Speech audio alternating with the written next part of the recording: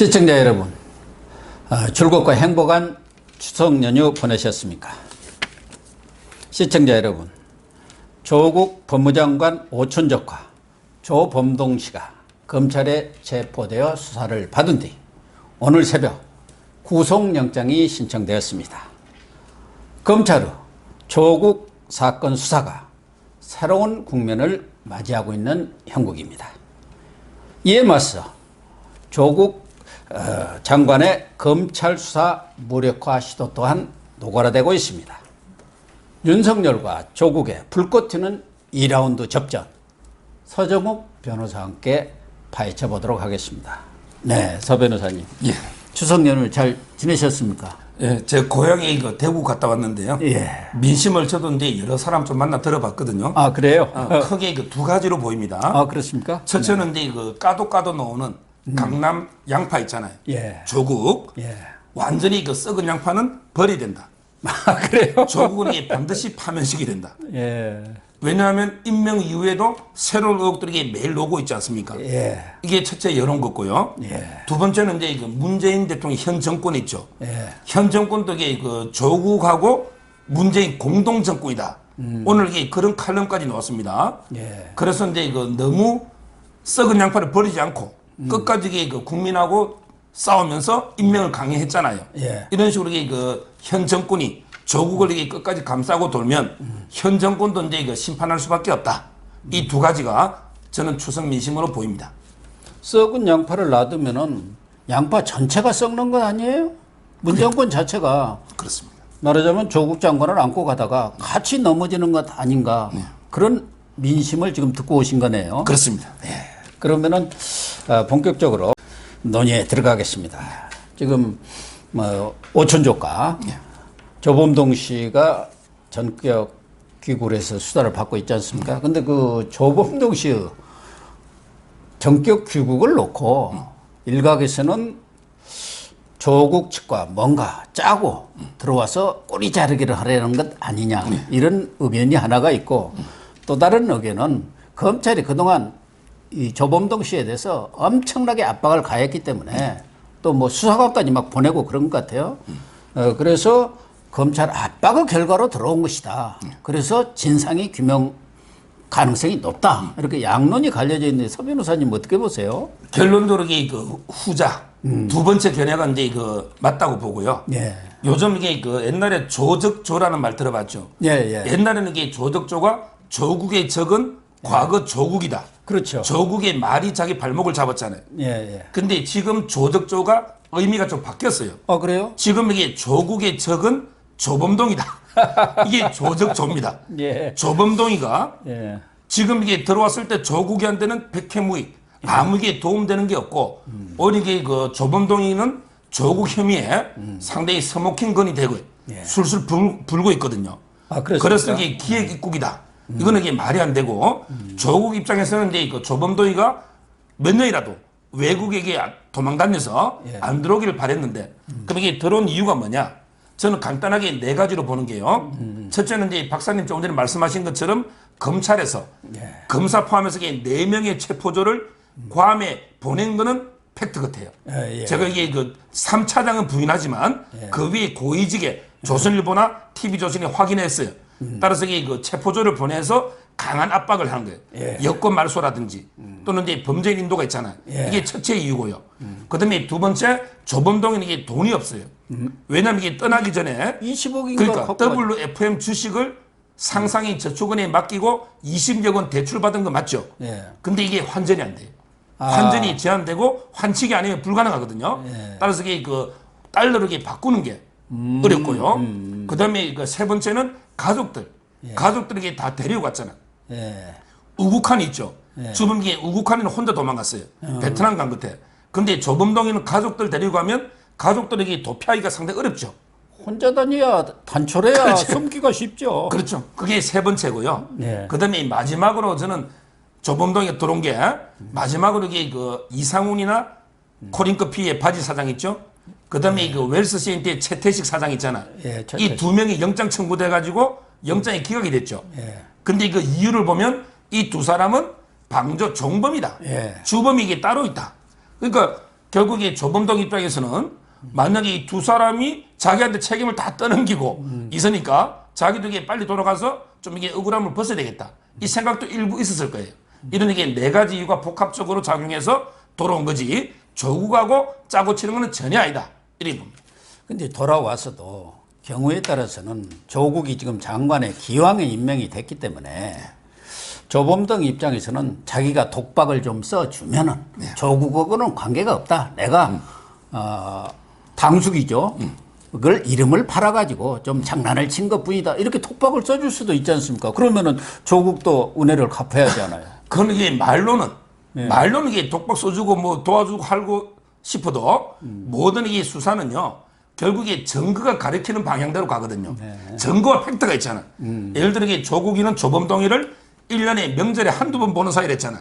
1년에 한두 번 봐가지고 14억을 이게 몰빵 투자하겠습니까? 그렇죠. 그러면 이게 조범동이가 조국 부인이나 조국하고 통화 내역 이거는 이게 핸드폰 수사하면 나오는 거죠.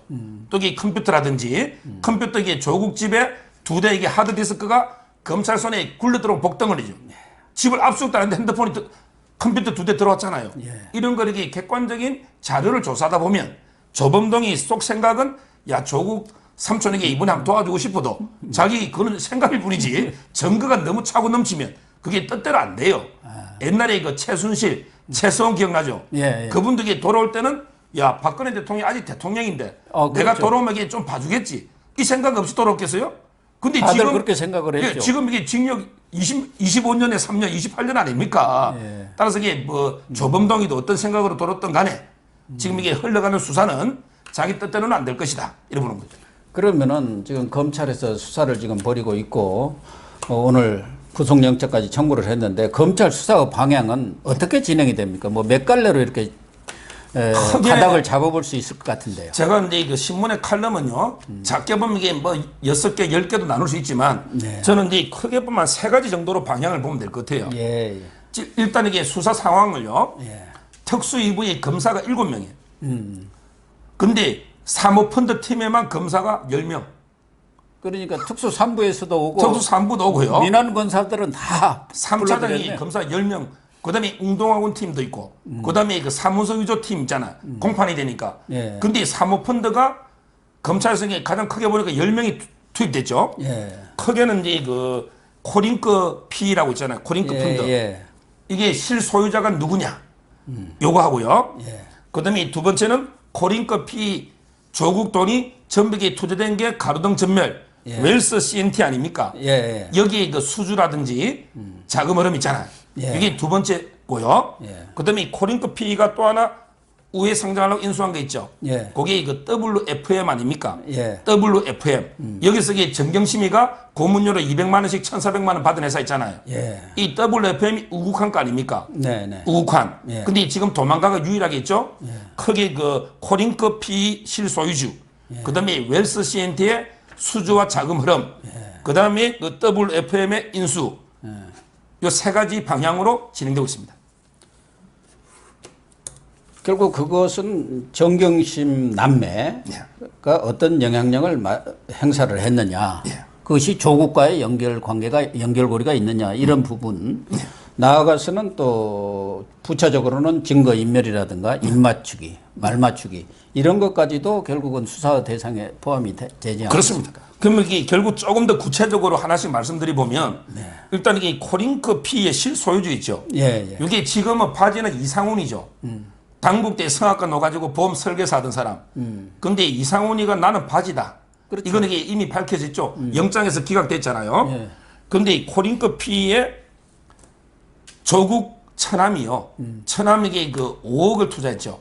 한 주당에 200만 원. 액면가 10,000원짜리를 200배로 200만 원 투자해서 5억 가지고 0.99% 코링크 P의 0.99% 처남이 취득했잖아요.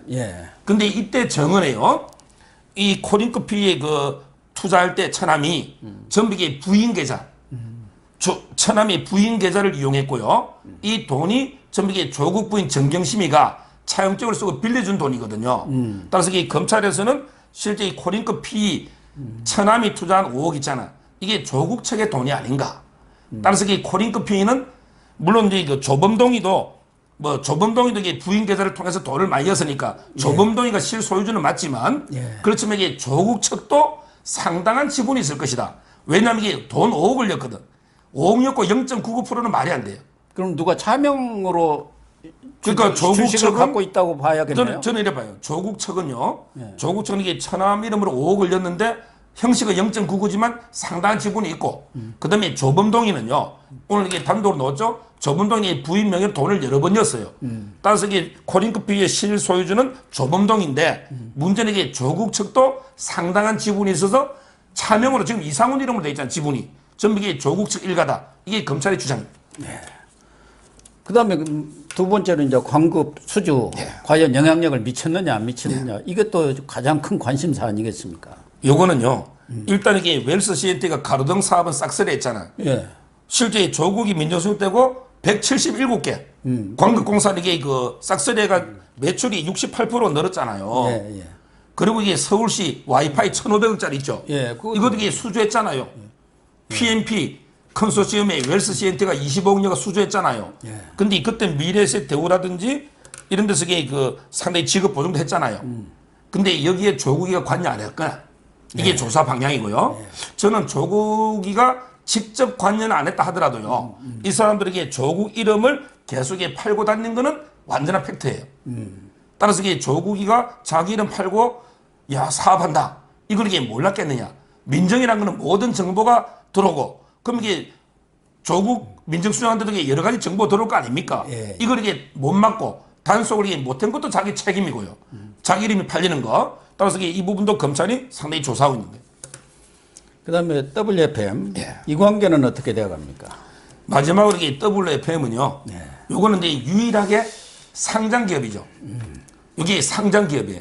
원래는 이게 교육업체 있잖아요. A1N 교육업체를 인수해 가지고 2차 전지업체로 이게 바꿨잖아요. 그렇죠. 그러면 이게 웰스 CNT를 WFM으로 이게 합병시키든지 아니면 이게 그 익성 있잖아요.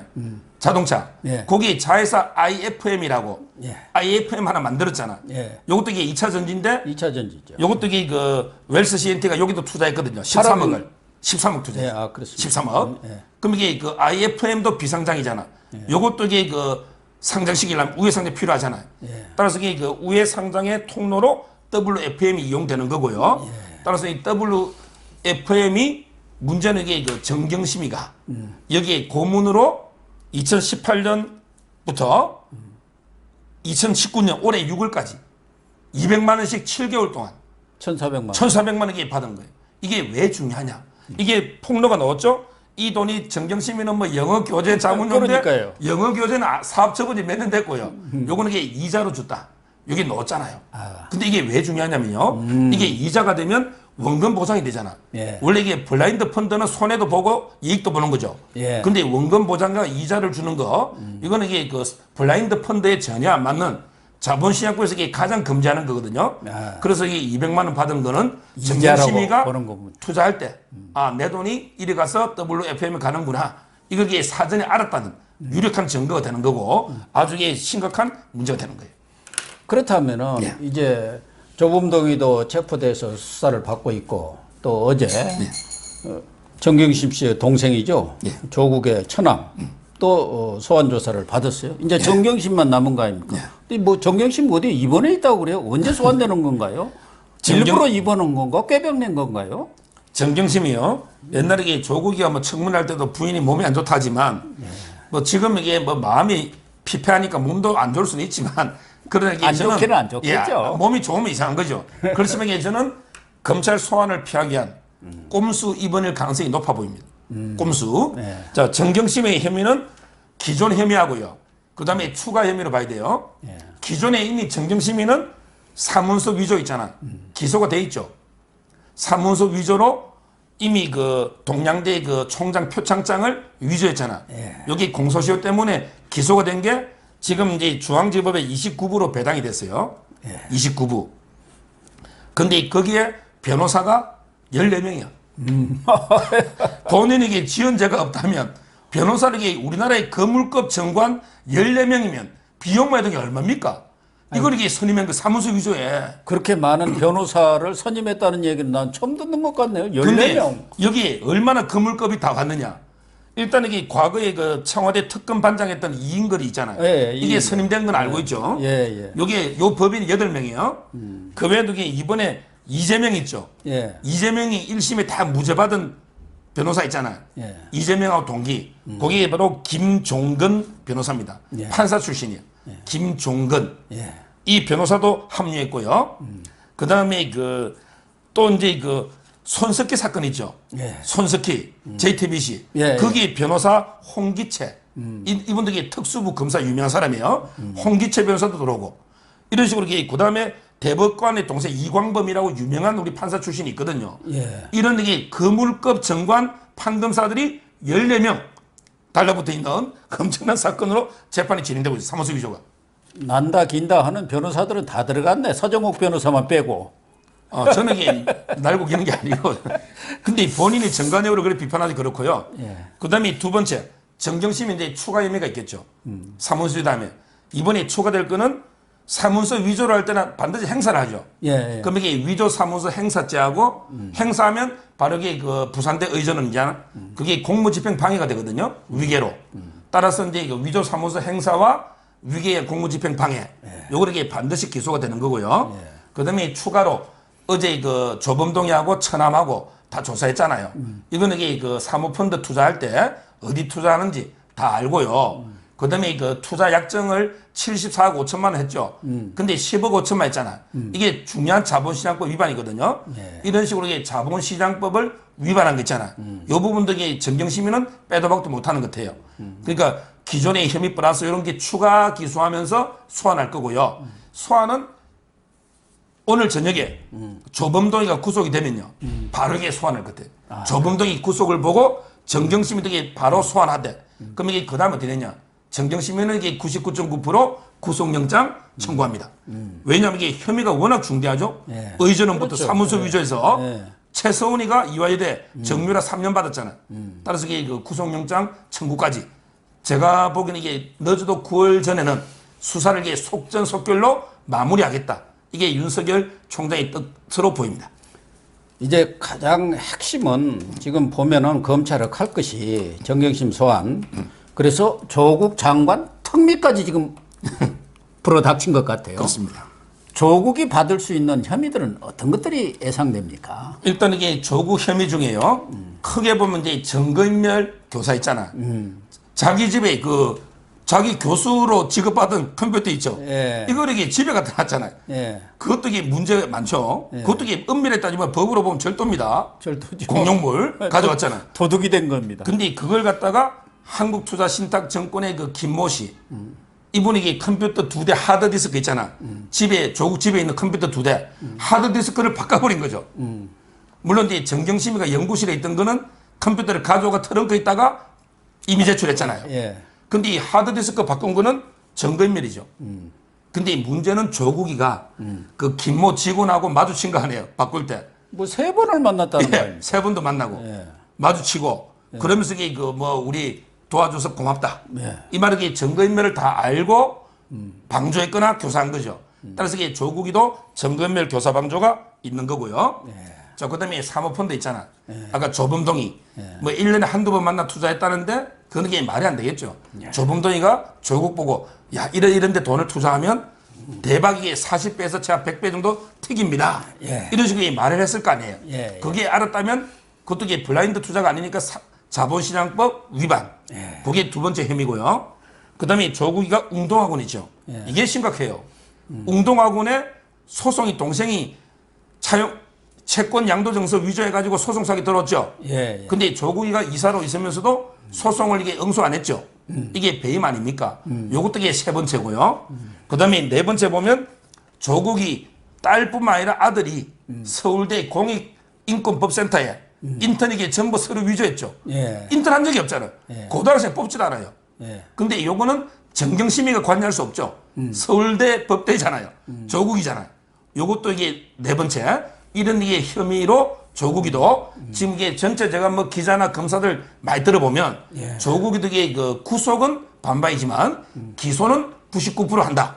이게 지금 검찰의 방향으로 보입니다. 그러니까 네 건이나 되네요. 많죠.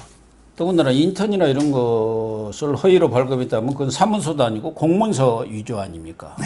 서울대학원 그렇습니다. 공기관이니까요. 그렇죠. 예. 그런데 지금 조국의 반격이랄까? 검찰 수사 무력화, 힘 빼기도 지금 만만찮게 벌어지고 있는 것 같아요. 첫째 지금 당정이 입을 딱 맞춰서 손발을 맞춰서 하려는 게 피의사실 공포죄 적극적으로 적용하겠다는 거 아닙니까? 공표를 못하게 하겠다. 어떻게 보면은 검찰의 손발을 묶고 국민들의 눈과 귀를 막겠다. 이렇게까지도 해석될 수 있는 그런 사안이에요. 지금 이 시점에서 나온 것은 오얏나무 밑에서 각근을 고쳐매는 것 아닌가 이런 또 비판을 받고 있거든요. 그런데 그 윤석열의 칼하고요, 예. 조국의 칼이 이제 부딪히는 거 아닙니까? 예. 근데 그 싸움이 안 돼요.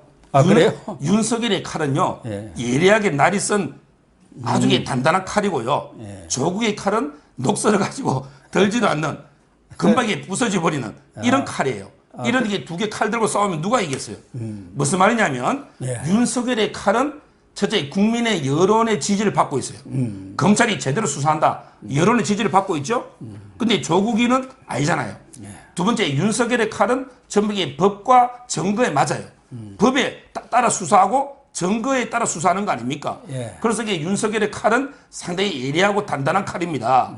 근데 조국의 칼은 보세요. 제일 먼저 칼을 뺀 게 카드가 첫째 뭐냐면 야 윤석열이 빼버리자. 예, 그렇죠. 수사에서. 예. 이게 김호수 법무부 차관, 그다음에 이성윤 검찰국장이 실제 검찰에 전화했죠. 강남일 대검 차장하고 한동훈 있잖아요. 반부패 옛날 중수부장이죠. 예. 실제 전화했잖아. 이거는 이게 아이디어가 아니고 실제 이거는 직권남용 실행한 겁니다. 예. 이거는 이게 조국이가 범죄한 거예요. 예. 근데 윤석열이가 이런 지하에 거절했죠. 이게 여론의 지지를 받으니까 첫 번째 무력화 시도는 실패로 끝난 거죠. 오히려 이게 자기가 고발당했습니다. 직권남용으로. 예, 그렇죠. 수사받아야 돼요. 자, 그 다음에 두 번째, 검찰 인사권 가지고 한번 휘둘러 보자. 예. 근데 그거는 어려운 게 일단 이게 지금 인사철도 아니고 인사철이 내년 1, 2월 달이죠. 아니 그런데 검사장이 5자리인가 6자리인가 또 비어 있기 때문에. 근데 수사 명분은 실무팀을 있잖아. 바로 검사장 보낼 수는 없잖아요. 그러니까 지금 수사는요. 서울중앙지검장은 허수아비입니다. 지금 수사는 게 윤석열이가 대검의 한동훈 중수부장을 매결해서 그 다음에 3차장 송경호 있잖아요. 예. 자기가 옛날 특수부장 들고 있던 애죠. 제 친구입니다. 3차장 송경호. 그리고 이제 특수 2부장, 3부장 이렇게 하거든요. 따라서 이게 이것은 누굴 바꿔요? 뭐 한동훈이를 바꾼다? 아니면 이게 송경호를 승진시킨다? 이건 안 되겠죠. 자리 빼버리면 국민의 질타 때문에 제가 보기 인사권을 가지고 지금 이게 수사팀을 빼버린다. 그럼 이게 엄청난 역풍이 불 거예요. 네. 이것도 이게 저는 불가능하고요. 그 다음에 마지막 남은 게 피해 사실 공표 가지고 감찰하는데요. 네. 이게 이번 최근에 4번이나 검찰을 가지고 이거 가지고 조졌죠. 예. 근데 4번 다 불발탄이야. 왜냐하면 이게 옛날에 뭐 부산대 의전은 노한중 교수 압수수색할 때 주치의 선임할 때 이력을 담당했다 했잖아. 예. 이게 TV조선이 단독 보도했죠. 요것도 이게 검찰이 한 게 아니고 T조가 촬영한 거고요. 네. 뭐 최근에 박지원이가 핸드폰에 그 표창장 칼라 보여준 거 있죠. 예. 이것도 이게 검찰은 흑백을 했잖아요. 예, 예. 이런 식으로 이게 검찰이 지금 이게 누설행이 하나도 없어요. 따라서 이게 피해 사실 공표 가지고 기존의 검찰을 감찰해서 죽일 수도 없고, 뭐 앞으로 이게 그 피해 사실 공표를 막으면 가장 수혜 보는 거는 정경심이하고 조국이죠. 왜냐 포토라인 안 쓰니까. 예. 그렇지만 이게 기존의 검찰이 피해 사실 공표한 게 없기 때문에 이걸로도 이게 못 죽이는 거예요. 따라서 이게 조국의 칼은 아까처럼 이게 윤석열 배제도 안 되고, 그 다음에 인사권도 안 되고, 그 다음에 피해 사실 공표 감찰도 안 되고, 따라서 이게 지금 윤석열이를 자를 수 있는 조국의 칼은 없다. 그래서 이 싸움은 윤석열의 승리로 끝날 수밖에 없다. 이게 다 법조계 일반적인 생각입니다. 다만 이번에 피의사실 공표를 못하게 하면 그러니까 수사 공보 준칙을 바꾼다는 거 아닙니까? 예. 그러면은 정경심부터 해당이 되나요? 자기 가족은 뭐 소환조사 이런 걸 딱 이렇게 막기 위해서 이거 한 건가? 그런데 정경심이가 1호로 예. 혜택을 보는 건 맞는데요. 예. 근데 이 피해사실 공표를 착각하는 분이 있어요. 우리 형법의 피해사실 공표라는 것은 어떤 이게 범죄 사실 있잖아. 예. 이 사실 내용을 공표하면 안 된다는 거지. 공소 제기하기 전에. 근데 예를 들어 조범동이를 잡아왔다. 근데 수사관을 파견해가 잡아왔다. 아니면 이게 자발적으로 기구했다. 이런 걸 갖다가 브리핑하는 거 있죠. 예. 이거는 이게 피의 사실 공표가 아니에요. 이거는 아니. 체포 경위입니다. 아, 그렇습니까? 예. 피의 사실이라는 거는 예. 범죄 사실을 뭐 이게 그 조범동의 혐의가 이러이런 거다. 범죄 사실을 공표하는 거 있잖아요. 예. 이게 피의 사실 공표고 오히려 이게 조범동이를 어떻게 체포해가 데리고 왔느냐. 이거는 이게 국민의 알 권리거든요. 그래서 이게 전부 기자들 만나보면 야, 이것도 취재를 안 해주느냐. 이거는 이게 국민의 알 권리상 옛날에 정유라 있잖아요. 덴마크에서 잡아올 때 생중계했잖아요. 예. 덴마크에 재판하고 덴마크에 수감돼 있고 거기에 피해 사실 공표 아닙니다. 그렇게 체포 경위죠. 그게 잘못됐다고 해서 지금 바꾼다는 거 아닙니까? 그러니까. 적폐수사, 국정농단 수사 때는 뭐 다 공개하고 그랬었잖아요. 근데 그런 걸 훈령으로 만들면 형법에 반하는 게 형법에는 범죄 사실, 사실만 누설하면 안 된다는 거지. 어떤 이게 뭐 체포 경위라든지 또는 이게 출석할 때 포트라인 세운다든지 물론 저는 포트라인이 뭐 원하지 않으면 안 세울 수 있지만 이거는 이게 법하고는 전혀 무관하고 이거는 이제 그냥 훈령으로 정할 문제지 피해 사실 공표죄하고는 직접 관계는 없어요. 예. 아, 그렇군요. 그렇다 한다면은 일단은 조국 칼은 녹슨 칼이다, 무딘 칼이다 이렇게 볼 수가 있는데 최근에 지난 추석이죠. 14일 날 그 김홍영 고 검사 묘소를 참배를 했지 않습니까? 예, 예. 언론까지 다 대동해 갖고 아주 그냥 사진 촬영도 멋지게 하던데요. 이걸 보면은 조국으로서는 검찰을 자기 편 만들려는 어떻게 보면은 검찰 편가르기라 할까? 맞습니다. 이간책을 쓴 거 아니냐? 사실은 윤석열 그 인사가 난 뒤에 특수부가 다 장악했다. 그렇게 되면은 공안부든 형사부든 검사들은 또 여러 가지로 불만이 있을 거 아닙니까? 예. 그러니까 대다수 좀 불만 세력들을 자기 편으로 만들기 위한 이러한 이간책 아닌가 하는 그런 얘기들도 나오고 있어요. 이게 정확한 분석이시고요. 박사님 분석이. 일단 김홍영 검사요. 예. 이분이 검사 2년 차 때 부장검사가 막 이게 인격적으로 모욕해서 극단적인 선택을 한 이게 김홍영 검사거든요. 예. 근데 그때 이제 그 차장했던 분이 지금은 이제 서부지검장으로 승진하니까 그러면 이게 조국 입장에서 야, 그때 이게 차장은 책임을 져야 되는데 왜 승진했느냐 이렇게 막 하잖아요. 예. 근데 저는 이게 김홍영 검사 묘소에는요 옛날에 문무일도 2번 가고요. 김수남 총장도 갔어요. 이게 조국 장관이 처음 가는 게 아니고요. 예. 저는 그 의도를 2가지로 보는 게요. 첫째는 이 금방 박사님이 정확하게 분석하신 것처럼 첫째는 바로 이게 검찰의 편가르기 위해서 우군을 확보하는 예. 항상 우리 지금 좌파 정권의 특색이 편가르기 아닙니까? 분리해서 내 편, 너 편 나누어서 통치하는 조국이 되게 검사 중에 보면 윤석열 사단 잘 나가는 검사는 1%고 나머지 90%는 못 그렇죠. 나가는 검사, 예. 젊은 검사를 내 편하자. 예. 이게 편가르기 의도가 첫째 의도고요. 그다음에 두 번째는요. 탁편면식의 보여주기 쇼입니다. 예. 야 국민들한테 예. 검사가 기존에 이렇게 관료제 잘못돼 있으니 이걸 이렇게 개혁해가지고 뭐 점심당당 검사도 없애고 뭔가 이게 개혁하는구나. 이걸 이렇게 국민들한테 보여주기 위한 쇼죠. 쇼. 근데 실질적으로요. 김홍영 검사에 대해서 기존 총장 다 갖고 다 이미 개혁이 됐기 때문에 새로운 건 없는데 이런 이제 저는 편가르기하고 보여주기 쇼 2가지 의도로 보는 거예요. 어쨌든 뭐 조국의 반격이 시작은 됐습니다만은 거기에 강력한 또 조국 나름대로 우군이 있어요. 뭐 청와대는 뺀다 하더라도 민주당 아니 검찰이 피의자들을 수사를 하는데 피의자에 대해서는 전혀 검찰 수사는 편을 안 들고 피의자 편만 들고 있는 것이고 거기다가 또 외부 인사들이라고 있잖아요. 뭐 유시민을 비롯해서 그 유시민 노무현재단 이사장은 이건 지금까지도 계속 검찰이 가족 인질극을 벌이고 있다. 조국한테는 혐의가 안 나오니까 가족들을 잡아가지고 조국 낙마를 시키려는 음모다. 이렇게 나오고 있는데 과연 민주당의 태도 뭐 유시민을 그렇다 하더라도 민주당 이거 맞아요? 집권당이 이러면 되나요? 그렇죠. 지금 이게 그 여론조사 보면요. 이낙연이가 1등이고 강창거요. 그다음에 황교안이고 그다음에 조국이 3등이에요. 3위에 올라가. 이게 왜 진영 싸움이 되다 보니까 뭐 소위 그 대깨무이랍니까? 무조건 이게 문재인 대통령을 열성적으로 지지하는 이 사람들이 이게 그 조국 지지하다 보니까 7%인가 해서 3등이죠. 그 다음에 5등인가 이재명이죠. 근데 이 중에 친노 친문들이 이재명하고 이낙연을 지지할 일은 없을 거예요. 그럼 이게 저는 볼 때 조국하고 그 다음에 유시민 이 두 명이 지금 이게 친문의 대안이거든요. 자, 그렇다면 이게 유시민도 조국하고 같은 운명으로 저는 이게 유시민도 정치할 걸로 보거든요. 조국이 낙마하면. 자, 그럼 이게 유시민이가 한 말이 뭐냐? 지금 현 장면이 연극으로 치면 이게 3막이라는 거예요. 1막이요.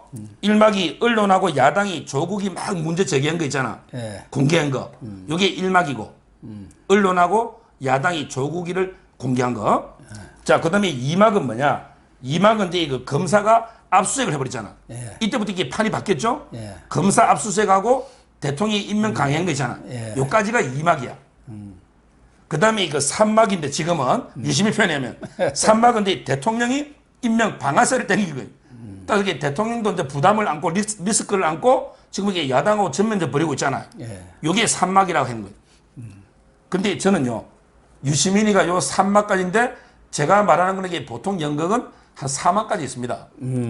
저는 이게 그렇죠. 4막을 더 붙이고, 그럼 이게 4막의 내용은 뭐냐? 한마디로 이게 그 조국의 비참한 전사, 장렬한 전사, 조국의 비참한 낙마 있잖아요. 장관에서 이게 끌려 내려올 겁니다. 그리고 현 정권이 끝까지 조국을 비용하면 현 정권도 이게 몰락하는, 이게 4막이에요. 따라서 이게 유시민이가 말한 이 연극은요, 결국 이게 그 현 정권한테 해피엔드로 끝날 수는 없고 결국에 비극으로 끝날 수밖에 없고 그 4막은 조국의 장렬한 죽음과 현 정권의 몰락이다. 이게 제가 단언하는 4막입니다. 조국 드라마는 비극으로 끝난다. 이건 이게 희극으로 끝날 수가 없어요. 해피엔드로. 결국 그런데 지금 우리 국민들이 좀 떨떠름하게 생각하는 게 한국당입니다. 뭐 아시다시피 어느 여론조사 보니까 중도층, 그러니까 무당파층이 38.5%가 나왔더라고요. 우리 국민 10명 중에 4명이 무당파예요. 그러니까 지금 조국 정국에서 떨어져 나온, 말하자면 반문, 반조로 나온 사람들이 한국당 지지로 돌아가지 않고 다 중도층에 머물러 있다. 그러니까 한국당이 전혀 반사이익을 보지 못하고 있다. 그런 결론인데 결국은 한국당의 어떤 투쟁력이라든가 또 전략의 미스로밖에 볼 수가 없는 것 같아요. 오늘 오후 5시인가요? 황교안 대표께서 삭발을 한다는 이런 지금 예고가 나와 있는데 과연 한국당이 앞으로 어떻게 투쟁을 해야 하고 또 어떤 방향으로 나가야 하는지 우리 서 변호사님의 생각은 어떻습니까? 그 조국 사태 때문에 제가 보기에 수혜를 본 당은 한 당도 없어요. 민주당 등의 지지율이 빠졌죠. 한국당 등의 정체 정도죠.